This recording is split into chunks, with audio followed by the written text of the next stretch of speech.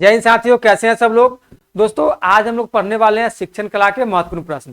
तो सभी साथी अंतिम तक बने रहे, क्योंकि दोस्तों आज का क्लास हमारा स्टेट एग्जाम 2025 के पॉइंट ऑफ व्यू से काफी इंपॉर्टेंट क्लास होने वाला है मेरे साथियों। तो जो भी साथी अब तक चैनल को सब्सक्राइब नहीं किए हैं, चैनल को सब्सक्राइब कर दे, वीडियो को लाइक कर दे और अपने दोस्तों में शेयर कर दे, क्योंकि दोस्तों आज हम लोग PYQ को एकदम स्टेप बाय स्टेप समझेंगे, ताकि हमारे कोई भी साथी को जरा भी थोड़ा भी कहीं भी कोई डाउट ना बचे। तो दोस्तों आइए हम लोग बिना समय गवाए आज का क्लास शुरू करते हैं। तो देखिए मेरे साथी, स्क्रीन पर क्वेश्चन नंबर 1 आ चुका है। सभी साथी पेन और पेपर लेकर के बैठे और जो भी क्वेश्चन आपको यहाँ दिख रहा है सबको आप क्या करें, पढ़ते चले और इसका राइट आंसर अपने पेपर पे नोट डाउन करते चले और अंतिम में मुझे बताए कि आपका कितना टोटल नंबर आ रहा है। ठीक है मेरे साथी, चलिए तो क्वेश्चन नंबर 1 में देखिए, निम्नलिखित में से कौन सा शिक्षण के विभिन्न स्तरों का क्रम है। तो हमसे पूछ रहा है कि शिक्षण के विभिन्न स्तरों का क्रम क्या है। तो ऑप्शन नंबर ए में है स्मृति स्तर, बोध स्तर, चिंतनशील स्तर। बी में है बोध स्तर, स्मृति स्तर, चिंतनशील स्तर। सी में है चिंतनशील स्तर, बोध स्तर और स्मृति स्तर। डी में है मेरे साथ स्मृति स्तर, चिंतनशील स्तर और बोध स्तर। बताइए इसका सही जवाब क्या होगा मेरे साथी। शिक्षण के विभिन्न स्तरों का क्रम कौन सा होगा। तो मेरे साथी इसका सही जवाब होगा option number A is the right answer, स्मृति स्तर, बोध स्तर और चिंतन स्तर। ठीक है, पहले क्या होता है, स्मृति स्तर, बोध स्तर, फिर चिंतन स्तर। ठीक है, चलिए क्वेश्चन नंबर 2 में आइए। क्वेश्चन नंबर 2 में क्या है मेरे साथी, शिक्षण किसकी निपुणता पर आधारित है। हमसे क्या पूछ रहा है, शिक्षण किसकी निपुणता पर आधारित है। ऑप्शन नंबर ए में अवधारणाओं का ज्ञान, बी में शिक्षण कौशल, सी में निर्णय लेने का कौशल और डी में है मेरे साथी, डी में है ये सभी। बताइए अब क्या होगा इसका सही जवाब। तो मेरे साथी इसका सही जवाब होगा option number D is the right answer. शिक्षण की जो निपुणता होती है वो अवधारणाओं का ज्ञान, शिक्षण कौशल और निर्णय लेने का कौशल, ये तीनों पर आधारित होता है। ठीक है मेरे साथी, चलिए आइए क्वेश्चन नंबर 3 में आइए। शिक्षण प्रभावी होगा यदि शिक्षक क्या करेगा मेरे साथी। तो ऑप्शन नंबर ए में है विषय को पढ़ाने में बहुत अनुभव है। जो बी में है जो छात्र पहले से जानते हैं उसे शुरुआत करता है। सी में है कोई शिक्षण सुविधाओं का उपयोग करता है, कई शिक्षण सुविधाओं का उपयोग करता है। डी में है उपरोक्त सभी। तो मेरे साथ इसका सही जवाब क्या होगा। तो उपरोक्त सभी इसका सही जवाब होगा option number D is the right answer, क्योंकि ये प्रभावी शिक्षण, जैसे देखिए शिक्षण प्रभावी तभी होगा जब एक शिक्षक विषय को पढ़ाने में बहुत अनुभव है, मतलब उसके पास थोड़ा बहुत तो भाई मेरे साथ अनुभव होना ही चाहिए, तभी तो आप कोई विषय को पढ़ाएंगे ना। तो यहाँ पे क्या बोला है, विषय को पढ़ाने में बहुत अनुभव है, तो ये भी और क्या है, पॉजिटिव सेंस में है। फिर बी में जो छात्र पहले से जानते हैं उसे शुरू करता है। अब मान लीजिए मेरे साथी कि अगर छात्र जहां तक जानता है उसके बाद आप शुरू करते हैं उससे कोरिलेट करके, तो बहुत अच्छा होगा, क्योंकि बच्चा वहां से खुल के सीखेगा और आपके साथ अच्छा से कोरिलेट कर पाएगा। फिर सी में कई शिक्षण सुविधाओं का उपयोग करता है। शिक्षण सुविधाओं का जब आप कई टूल्स का जब आप उपयोग करेंगे तो बच्चा क्या करेगा, आपसे ज्यादा इंटरेक्शन होगा, काफी इंटरेस्टेड होगा। ठीक है, तो इसका सही जवाब क्या हो जाएगा, उपरोक्त सभी। Option number D is the right answer. चलिए क्वेश्चन नंबर 4 में आइए। कौन सा क्षेत्र डोमेन शारीरिक और मोटर कौशल से संबंधित है। बताइए मेरे साथी कौन सा होगा वो डोमेन। तो ऑप्शन नंबर ए में संज्ञानात्मक क्षेत्र डोमेन, बी में भावात्मक क्षेत्र डोमेन, सी में है मनो शरीर क्रियात्मक डोमेन और मेरे साथी डी में उपरोक्त में से कोई नहीं। तो सभी साथी इसका इंग्लिश में नाम जानते हैं या हम लोग लिख दें यहाँ पे, चलिए लिख देते हैं। फर्स्ट का होता है कॉग्निटिव,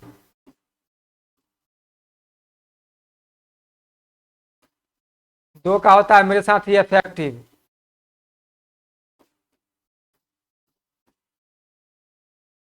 और 3 का क्या होता है साइकोमोटर।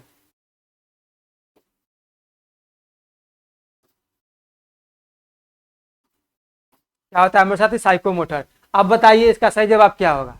तो मेरे साथ इसका सही जवाब होगा option number C is the right answer, मनो शरीर क्रियात्मक क्षेत्र, जिसको हम लोग बोलते हैं साइकोमोटर डोमेन। इसी से जुड़ा हुआ है आपका शारीरिक और मोटर कौशल। ठीक है, तो आइए हम लोग क्वेश्चन नंबर 5 में आते हैं। भावात्मक क्षेत्र डोमेन जीवन शैली के एक भाग के रूप में मूल प्रणाली को अपनाने पर केंद्रित है। अब बताइए किस पर केंद्रित है मेरे साथी। ऑप्शन नंबर ए में है जवाब देना, बी में है मूल्य निर्धारित करना, सी में है संगठित करना और डी में है चरित्र चित्रण करना। क्या है मेरे साथी, चरित्र चित्रण करना। तो ये किस पर आधारित है, ये किस पर केंद्रित है? तो ये हो जाएगा मेरे साथ ये option number D is the right answer, चरित्र चित्रण करना। क्या हो जाएगा? चरित्र चित्रण करना। चलिए क्वेश्चन नंबर 6 में आइए। विद्यार्थी को किसी प्रमुख विचार का स्पष्टीकरण या व्याख्या करने से जुड़ी शिक्षण प्रक्रिया कहलाती है। अब बताइए वो शिक्षण प्रक्रिया क्या कहलाती है? ऑप्शन नंबर ए में है प्रदर्शन विधि, सी में है व्याख्यान विधि, सी में है कहानी कहने की विधि और डी में है समस्या समाधान विधि। तो ऑप्शन नंबर इसका कौन सही होगा मेरे साथी? इसका सही जवाब हो जाएगा व्याख्यान विधि। Option number B is the right answer. क्योंकि यहाँ पे क्या कह रहा है? यहाँ पे कह रहा है प्रमुख विचार का स्पष्टीकरण या व्याख्या करने से जुड़ी शिक्षण प्रक्रिया। तो जैसे ही यहाँ आ गया व्याख्या, व्याख्यान विधि को ही हम लोग फॉलो कर रहे हैं, तो क्या हो जाएगा? व्याख्यान विधि। क्वेश्चन नंबर 7 में देखिए, निम्नलिखित में से कौन रोल प्ले विधि की कमियां हैं? हमसे क्या पूछ रहा है? इसकी कमी पूछ रहा है। तो अब हम लोग ऑप्शन में पढ़ते हैं। ऑप्शन नंबर ए में, जब तक अच्छी तरह से योजनाबद्ध, सुव्यवस्थित और निगरानी नहीं की जाती है तब तक ध्यान केंद्रित करने में कमी हो सकती है। तो बात तो सही बोला है मेरे साथ, यही तो हमको कमियां दिख रहा है। फिर बी में क्या है? यह एक नीरस विधि है। नहीं भाई, नीरस विधि नहीं है ये। मान लीजिए कि रोल प्ले जो एक बहुत अच्छा विधि है, नीरस विधि तो मतलब क्या कि कोई काम का नहीं है। ठीक है। डी में है यह सीखने की प्रक्रिया को घटाता है, नहीं बढ़ाता है। डी में यह ज्यादा समय लेने वाली विधि नहीं है। नहीं भाई, ज्यादा समय लेता है ये। तो ये तो तीनों गलत हो गया। इसका सही जवाब क्या हो जाएगा? Option number A is the right answer. Question number 8 में क्या है? आर्मस्ट्रांग किसके प्रतिपादक थे? बताइए मेरे साथी, आर्मस्ट्रांग किसके प्रतिपादक थे? ऑप्शन नंबर ए में समस्या समाधान विधि, बी में है परियोजना विधि, सी में है चर्चा विधि और डी में है अन्वेषणात्मक या ह्यूरिस्टिक विधि। बताइए इसका सही जवाब क्या होगा? तो मेरे साथी आर्मस्ट्रांग परियोजना विधि के प्रतिपादक थे। Option number B is the right answer. Armstrong परियोजना विधि के प्रतिपादक थे। चलिए क्वेश्चन नंबर 9 में आइए। मेरे मित्र, मेरे सखा, मेरे बंधु, शिक्षक को शिक्षण कार्यों की योजना तदनुसार बनानी चाहिए। बताइए, शिक्षक को शिक्षण कार्यों की योजना तदनुसार बनानी चाहिए। अब किसके अनुसार बनानी चाहिए? ऑप्शन नंबर ए में छात्रों की क्षमताएं और रुचियां, बी में छात्रों का प्रदर्शन, सी में छात्रों की प्रतिक्रिया, डी में अन्य शिक्षकों द्वारा दिया गया कार्य। अब बताइए मेरे साथी, इसका सही जवाब क्या होगा? तो इसका सही जवाब होगा मेरे साथी option number A is the right answer. छात्रों की क्षमताएं और रुचियां के और उनके रुचि के अनुसार शिक्षण योजना बनानी चाहिए। ठीक है। चलिए क्वेश्चन नंबर 10 में आइए। कक्षा में चर्चा शुरू करने के लिए विचारोत्तेजक प्रश्न पूछना इसका एक उदाहरण है। बताइए किसका एक उदाहरण है? तो ऑप्शन नंबर ए में है अन्वेषण करना, बी में है विकसित करना, सी में स्पष्ट करना और डी में मेरे साथी संलग्न करना। क्या सही जवाब क्या होगा? तो मेरे साथ इसका सही जवाब हो जाएगा संलग्न करना। Option number D is the right answer. चलिए क्वेश्चन नंबर 11 में आइए। सूक्ष्म शिक्षण की अवधि को सरल करने के लिए एक छोटा सा शिक्षण अनुभव है। बताइए क्या है? सूक्ष्म शिक्षण की अवधि को सरल करने के लिए एक छोटा सा शिक्षण अनुभव है। तो कौन वो अनुभव है? तो ऑप्शन नंबर ए में है 5 से 10 मिनट, बी में है 30 से 50 मिनट, सी में है 1 से 3 घंटे और डी में है मेरे साथी 2 से 3 घंटे। इसका सही जवाब क्या होगा? तो छोटा सा हमसे पूछ रहा है ना, एक छोटा सा शिक्षण अनुभव है, तो सबसे छोटा इसमें कौन है? वही हो जाएगा। तो option number A is the right answer, 5 से 10 मिनट। क्वेश्चन नंबर 12 में देखिए, टीम शिक्षण की विशेषता है। हमसे क्या पूछ रहा है? टीम शिक्षण की विशेषता पूछा जा रहा है। तो ऑप्शन नंबर ए में है टीम शिक्षण में सारी जिम्मेदारियां सभी शिक्षकों पर होती है। बी में क्या है? टीम शिक्षण में शिक्षकों को अपनी गतिविधियां स्वयं तय करने की आवश्यकता होती है। सी में क्या है? विद्यार्थियों, स्कूलों और अन्य चीजों की आवश्यकताओं पर भी विचार किया गया। डी में उपरोक्त सभी। तो मेरे साथी आपको इसका सही जवाब क्या लग रहा है? बताइए मेरे साथी कमेंट बॉक्स में लिखिए। तो मेरे मित्रों देखिए यहाँ पे टीम शिक्षण की विशेषता ये सभी है। टीम शिक्षण में सारी जिम्मेदारी सभी शिक्षकों पर होती है। बात सही है, टीम शिक्षण में सारी जिम्मेदारी सभी शिक्षक पर होती है। बी में बोल रहा है टीम शिक्षण में शिक्षकों को अपनी गतिविधियां स्वयं तय करने की आवश्यकता होती है। बात सही है, वो क्या उनको करना है वो स्वयं उनको तय करना है। सी में विद्यार्थियों, स्कूलों और अन्य चीजों की आवश्यकताओं पर भी विचार किया गया। मतलब जो भी इनका आवश्यकता होता है, जो भी गतिविधि होता है उस पर भी विचार इन्हीं को करना होता है, स्कूल का या कोई भी सामग्री का। ठीक है। चलिए तो इसमें क्या हो जाएगा? Option number D is the right answer. Question number 13 में आइए। शिक्षण और सीखना समग्र शैक्षिक प्रक्रिया में शामिल जुड़वा डैश है। बताइए क्या है। ऑप्शन नंबर ए में है प्रक्रिया, बी में है उद्देश्य, सी में है गतिविधि और डी में है मेरे साथी भागीदारी। तो इसका सही जवाब क्या हो जाएगा मेरे साथी? क्या सही जवाब आपको बताना है क्या होगा? तो मेरे साथ इसका सही जवाब हो जाएगा गतिविधियां। Option number C is the right answer. शिक्षण और सीखना समग्र शैक्षिक प्रक्रिया में शामिल जुड़वा गतिविधियां है। क्या है? जुड़वा गतिविधियां है। चलिए क्वेश्चन नंबर 14 में आइए। निम्नलिखित में सत्तात्मक प्रशासन की विशेषता नहीं है। सत्तात्मक प्रशासन की विशेषता इसमें कौन नहीं है? तो ऑप्शन नंबर क्या ए में क्या है? अशिष्टता, बी में अधीनस्थों का दमन करना, सी में है सख्त अनुपालन और डी में मेरे साथ ही शेयरिंग। डी में क्या है? शेयरिंग। तो अशिष्टता, अधीनस्थों का दमन करना और सख्त अनुशासन, ये क्या है? किसी न किसी रूप में सत्तात्मक प्रशासन की विशेषता को दर्शा रहा है।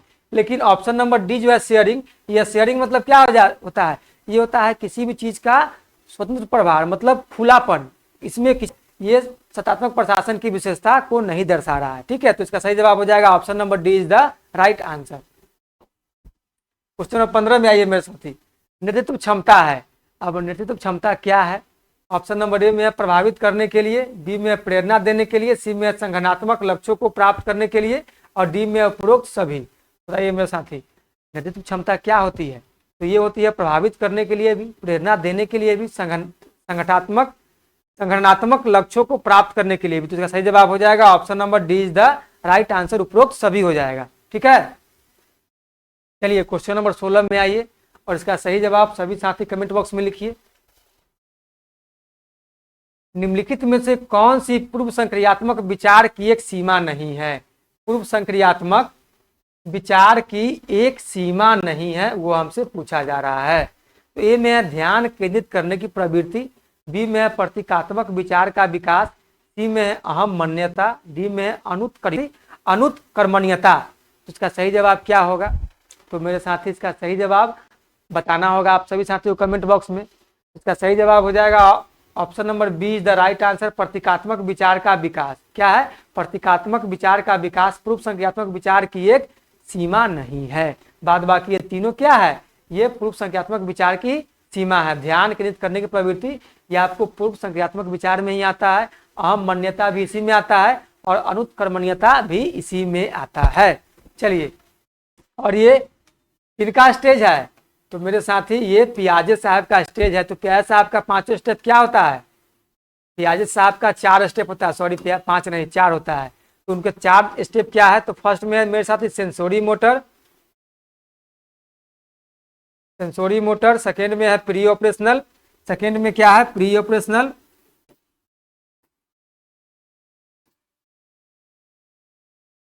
और थर्ड में है हमारा कंक्रीट ऑपरेशनल,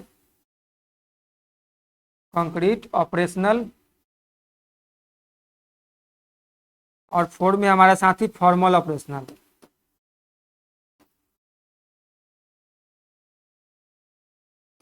सबका एज का भी देख लीजिए। सेंसोरी मोटर होता है मेरे साथी 0 से 2 वर्ष, प्री ऑपरेशन होता है 2 से 7 वर्ष, कंक्रीट होता है 7 से 11 वर्ष और ये होता है 11 से 15 वर्ष। ठीक है, तो सभी साथी को समझ में आ गया होगा। आ गया मेरे साथी, और इसको हम लोग याद करने का निमोनिक्स क्या है? SPCF।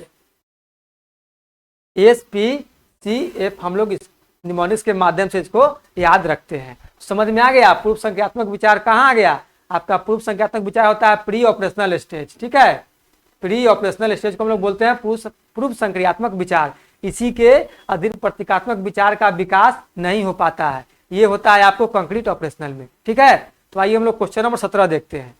क्वेश्चन नंबर 17 में क्या है मेरे साथी? अति संवेदनशील बच्चों को सीखने में मदद करने के लिए निम्नलिखित में से कौन सा तरीका उपयुक्त तरीका नहीं है? अब बताइए, हमसे पूछ रहा है अति संवेदनशील बच्चों को सीखने में मदद करने के लिए निम्नलिखित में से कौन सा तरीका उपयुक्त तरीका नहीं है? उस तरीका को खोजना है। तो ऑप्शन नंबर ए में एक कार्य को छोटे प्रबंधनीय खंडों में तोड़ना, बी में अधिगम के वैकल्पिक तरीकों की पेशकश, सी में उनके दैनिक कार्यक्रम में शारीरिक गतिविधियों का समावेश, सी में बेचैन होने पर अक्सर उन्हें फटकार लगाना। तो बताइए मेरे साथ इसका सही जवाब क्या होगा? तो देखिए, संवेदनशील बच्चों को सीखने में मदद करने के लिए आपको ये तीनों तरीका तो सटीक बैठ रहा है। एक कार्य को छोटे प्रबंधीय खंडों में तोड़ना, मतलब कोई भी कार्य है उसका छोटा सा टुकड़ा में आप उसको कर दिए तो बच्चा उस कार्य को आसानी से कर लेगा, तो बात तो सही है। अधिगम के वैकल्पिक तरीकों की पेशकश, आप बच्चा को पढ़ा रहे हैं, सिखा रहे हैं, तो उसको आप क्या कर रहे हैं, बहुत सारे तरीकों से पढ़ा रहे हैं, बहुत सारे मतलब माध्यम से उसको आप सिखाने का प्रयास कर रहे हैं। कि में उनके दैनिक कार्यक्रम में शारीरिक गतिविधि का समावेश, तो दैनिक जो उनका कार्यक्रम है उसमें आप कुछ ना कुछ खेल एक्टिविटी करा रहे हैं, रोल प्ले करा रहे हैं, तो ये बात सही है। तो इसका हमसे क्या पूछ रहा है, जो उपयुक्त नहीं है, तो ऑप्शन नंबर डी उपयुक्त नहीं है। बेचैन होने पर अक्सर उन्हें फटकार लगाना, बेचैन हो जाएंगे तो फटकार लगाएंगे तो बच्चा क्या हो जाएगा और आपसे डरने लगेगा। चलिए क्वेश्चन नंबर 18 में आइए। जब एक शिक्षक एक पाठ पूरा करते हैं तो वे पूछते हैं कि क्या काम आया और क्यों, यह कहा जाता है। ऑप्शन नंबर ए में है योजना, बी में है पहचान, सी में है पढ़ाना और डी में है मेरे साथी मूल्यांकन। अब बताइए इसका सही जवाब क्या आएगा। तो इसका सही जवाब हो जाएगा मेरे साथी option number D is the right answer, मूल्यांकन। क्योंकि यहाँ बोला जा रहा है कि जब शिक्षक एक पाठ पूरा करता है तो पूछते हैं कि क्या काम आया और क्यों, तो ये मूल्यांकन को दर्शाता है। चलिए क्वेश्चन नंबर 19 में आइए मेरे साथी। एक प्रभावी शिक्षक निम्नलिखित में से क्या सुनिश्चित करता है, बताइए।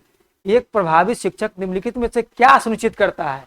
ऑप्शन नंबर ए में है विद्यार्थियों के बीच प्रतिस्पर्धा, बी में है विद्यार्थियों के बीच सहयोग, सी में है प्रतिस्पर्धा और सहयोग में से कोई एक क्योंकि स्थिति की मांग है, सी में है मेरे साथी उपरोक्त में से कोई नहीं। क्या है, उपरोक्त में से कोई नहीं।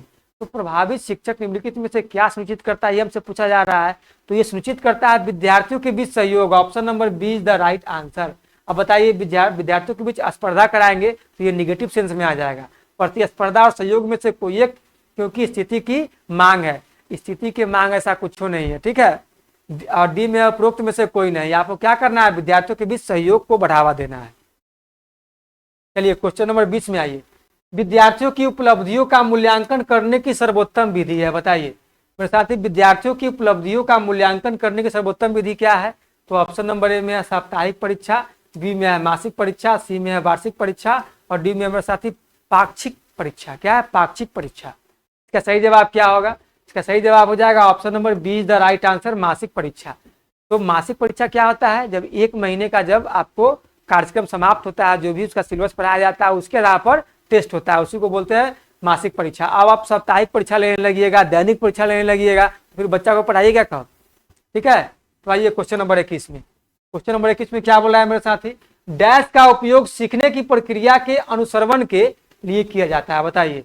अब सीखने की प्रक्रिया के अनुसरण के लिए कौन सा मूल्यांकन किया जाएगा मेरे साथी। तो योगात्मक क्या होता है, सत्र के अंत में होता है, सत्र के अंत में ये मूल्यांकन होता है। रचनात्मक क्या होता है, सीखने के दौरान होता है मेरे साथी, सीखने के दौरान। और प्लेसमेंट मूल्यांकन क्या होता है, कोई भी कोर्स, ठीक है मेरे साथी, कोई भी कोर्स में पहले या शुरू में किया जाने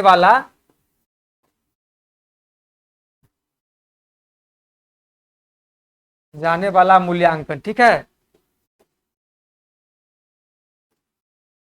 देखिए कोई भी कोर्स या कोई भी कोर्स में मेरे साथी, कोई भी कोर्स में पहले या शुरू में किया जाने वाले मूल्यांकन को हम लोग कहते हैं प्लेसमेंट मूल्यांकन। जैसे मान लीजिए कि आप कोई कंपनी में जाते हैं जॉब के लिए, या कोई भी चीज में आपको जॉब लगता है, जैसे पुलिस विभाग में ही लगता है, तो पहले क्या होता है आपका, वहां पे जाने के बाद एक आपका होता है प्लेसमेंट मूल्यांकन, जो आपको टेस्ट लिया जाता है कि आप अभी कितना कुछ जानते हैं। जैसे मान लीजिए कोई लड़का है जो MBA किया है, या मान लीजिए MCA किया है या BCA किया है।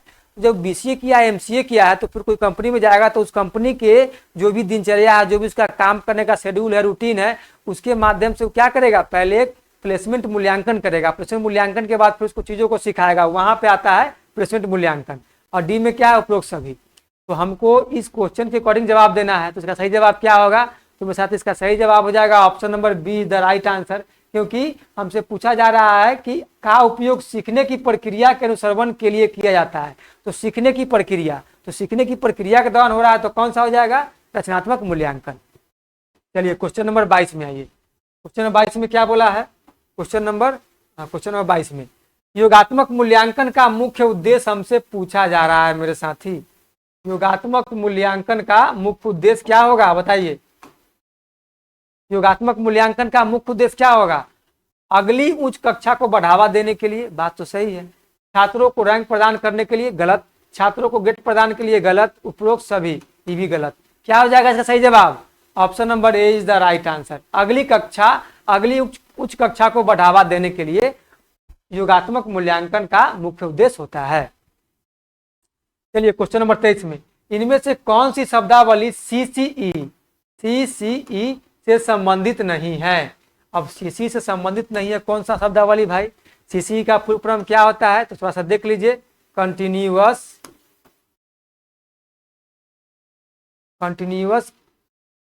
And comprehensive.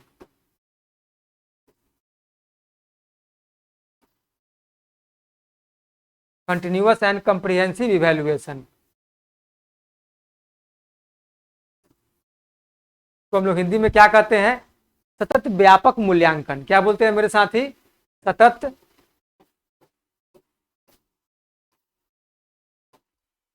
व्यापक मूल्यांकन। अब बताइए, अब जो ऑप्शन में दिया हुआ है सीसी से संबंधित कौन नहीं है बताइए मेरे साथी। आप सभी साथी इसमें देखिए और कौन नहीं है, तो इनमें से कोई नहीं। Option number D is the right answer, क्योंकि यहाँ पे सतत भी दिया हुआ है, मूल्यांकन भी दिया हुआ है और व्यापक भी दिया हुआ है, और इसका पूरा नाम क्या होता है, सतत व्यापक मूल्यांकन। तो हमको तो सब कुछ दिया हुआ है, तो इसका क्या हो जाएगा, option number D is the right answer हो जाएगा इस क्वेश्चन के अकॉर्डिंग। चलिए क्वेश्चन नंबर 24 में इनमें से कौन सी पाठचर्या की प्रकृति है बताइए मेरे साथ, इनमें से कौन सी पाठचर्या की प्रकृति है। तो ए में है आलोचनात्मक, बी में है रचनात्मक, सी में है संकीर्ण और डी में है मेरे साथी ये सभी। तो पाठचर्या की प्रकृति में तो सब आ जाएगा ना, आ जाएगा कि नहीं। तो बताइए इसका सही जवाब क्या होगा, आलोचनात्मक होगा, रचनात्मक होगा या संकीर्ण होगा। तो मेरे साथ ये हो जाएगा ये सभी। Option number D is the right answer, क्योंकि पाठचर्या की प्रकृति में आलोचनात्मक भी आता है, रचनात्मक भी आता है और संकीर्ण भी आता है। ठीक है, तो क्या हो जाएगा ये सभी। चलिए क्वेश्चन नंबर 25 में आ जाइए। मनोवैज्ञानिक आधार के लिए जानकारी के क्षेत्र या स्रोत है बताइए मेरे साथी। मनोवैज्ञानिक आधार के लिए जानकारी के क्षेत्र या स्रोत है, क्या है, सीखने की प्रक्रिया, बी में शिक्षण विधि, सी में छात्रों की विशेषता और डी में ये सभी। बताइए, हमसे पूछा जा रहा है मनोवैज्ञानिक आधार पर कौन सा हो जाएगा। तो मेरे साथ इसका जवाब कमेंट बॉक्स में लिखिए। तो मेरे साथ इसका सही जवाब हो जाएगा सीखने की प्रक्रिया, शिक्षण विधि और छात्रों की विशेषता, ये तीनों हो जाएगा। तो कौन सा ऑप्शन हम लोग लगा दें, ऑप्शन नंबर डी को लॉक किया जाए। चलिए कर दिया जाए, option number D is the correct answer. Question number 26 में आइए। सीखना एक स्वाभाविक प्रक्रिया है, क्या बोला, सीखना एक स्वाभाविक प्रक्रिया है। ए में है शिक्षार्थी का, बी में है शिक्षक का, सी में है व्यक्ति का और डी में है जीवित जीव का। बताइए मेरे साथी, तो सीखना एक स्वाभाविक प्रक्रिया किसका है। तो ये मेरे साथी हो जाएगा option number D is the right answer, जीवित जीव का। जो भी जीव है ना वो कुछ ना कुछ सीखता ही है। आपको जरूरी है कि मानव ही सीखेगा। अब देख रहे हैं बहुत सारे जानवर हैं तो वो भी जब तक जीते हैं तब तक कुछ ना कुछ सीखते रहते हैं। ठीक है, चलिए क्वेश्चन नंबर 27 में आइए। यदि कोई छात्र कक्षा में प्रश्नों का उत्तर देने में असमर्थ है तो शिक्षक को क्या करना चाहिए बताइए मेरे साथी। कोई बच्चा से अगर आप प्रश्न पूछते हैं वो आपके प्रश्नों का जवाब नहीं दे पाता है तो आप उसको क्या करेंगे, पीट देंगे या उसको धमकाएंगे, डराएंगे, क्या करेंगे। तो आइए हम लोग ऑप्शन के अकॉर्डिंग देखते हैं। देखिए मेरे साथी, ना उसको पीटना है, ना उसको डराना है, ना धमकाना है। क्या करना है, उसे बस उसके कमी को जानना है, उसके समस्याओं को जानना है कि आखिर उसको परेशानी क्या आ रहा है। तो उससे हमको एक प्यार से अच्छे से उसके भाव को समझना है। तो ऑप्शन नंबर ए में है उसे अच्छी तरह से पढ़ाई करने की सलाह दे। बी में है यह समझने का प्रयास करे कि वह प्रश्नों का उत्तर देने में असमर्थ क्यों था। ठीक है, फिर सी में उसे दंडित करे ताकि वह अगली बार जवाब दे। डी में उसे कक्षा में डांटे और उसे अपमानित महसूस कराए। तो देखिए, न उसको डांटना है, न अपमानित महसूस कराना है। ठीक है, तो ये क्या हो जाएगा, इसके अकॉर्डिंग गलत हो जाएगा। उसे दंडित करे ताकि वो अगली बार जवाब दे। ऐसा भी नहीं करना, आप उसको दंड देंगे तो क्या जवाब दे देगा, क्योंकि आप उसके कमी को जाने ही नहीं कि आखिर किस कारण से वो चीजों का जवाब नहीं दे पा रहा है। तो ये भी गलत हो जाएगा। यह समझने का प्रयास करे कि वो प्रश्नों का उत्तर देने में असमर्थ क्यों था। ये एग्जैक्ट आंसर सही है, option number B is the right answer. उसे अच्छी तरह से पढ़ाई करने की सलाह दे। आप उसकी कमी को तलाशी नहीं पा रहे हैं और सलाह पे सलाह दिए जा रहे हैं, तो उससे क्या फायदा हो जाएगा। चलिए क्वेश्चन नंबर 28 में आइए। शिक्षण प्रक्रिया के किस तत्व में विषय वस्तु के बारे में सोचना और फिर उसे ऐसे रूप में प्रवर्तित करना शामिल है जिस पर वह छात्र सबसे अच्छी प्रतिक्रिया दे सके। बताइए मेरे साथी, इसका सही जवाब क्या होगा। तो ऑप्शन नंबर ए में है विस्तृत, बी में है निर्देश, सी में है चिंतनशील मूल्यांकन और डी में है परिवर्तन।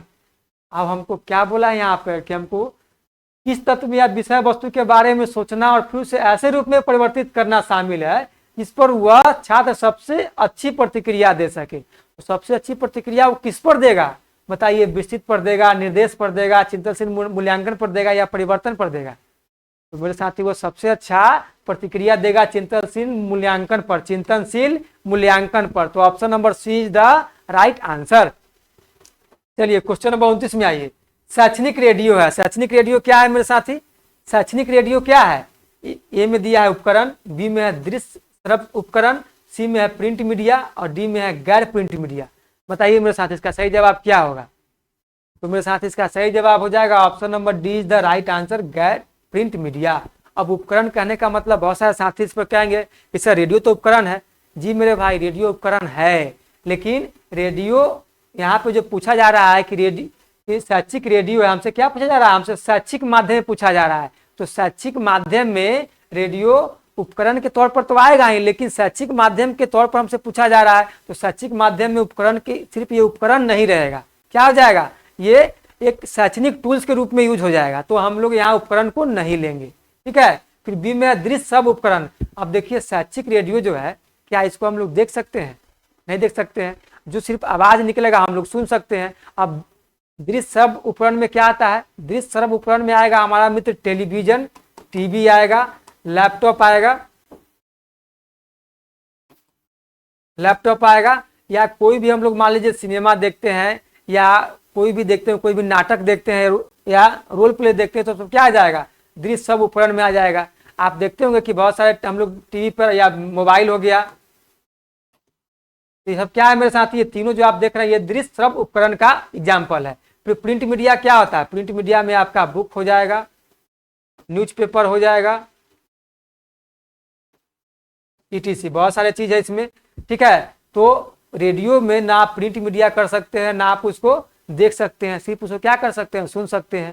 तो ये तीनों तो नहीं होगा, तो फिर इसमें क्या हो जाएगा, तो हो जाएगा गैर प्रिंट मीडिया, हम लोग जिसको हम लोग प्रिंट नहीं कर सकते, जिसको हम लोग मुद्रित नहीं कर सकते हैं, ठीक है। और हम लोग जिसको सिर्फ सुनते हैं, तो क्या आ जाएगा, गैर प्रिंट मीडिया में आ जाएगा। तो option number D is the right answer.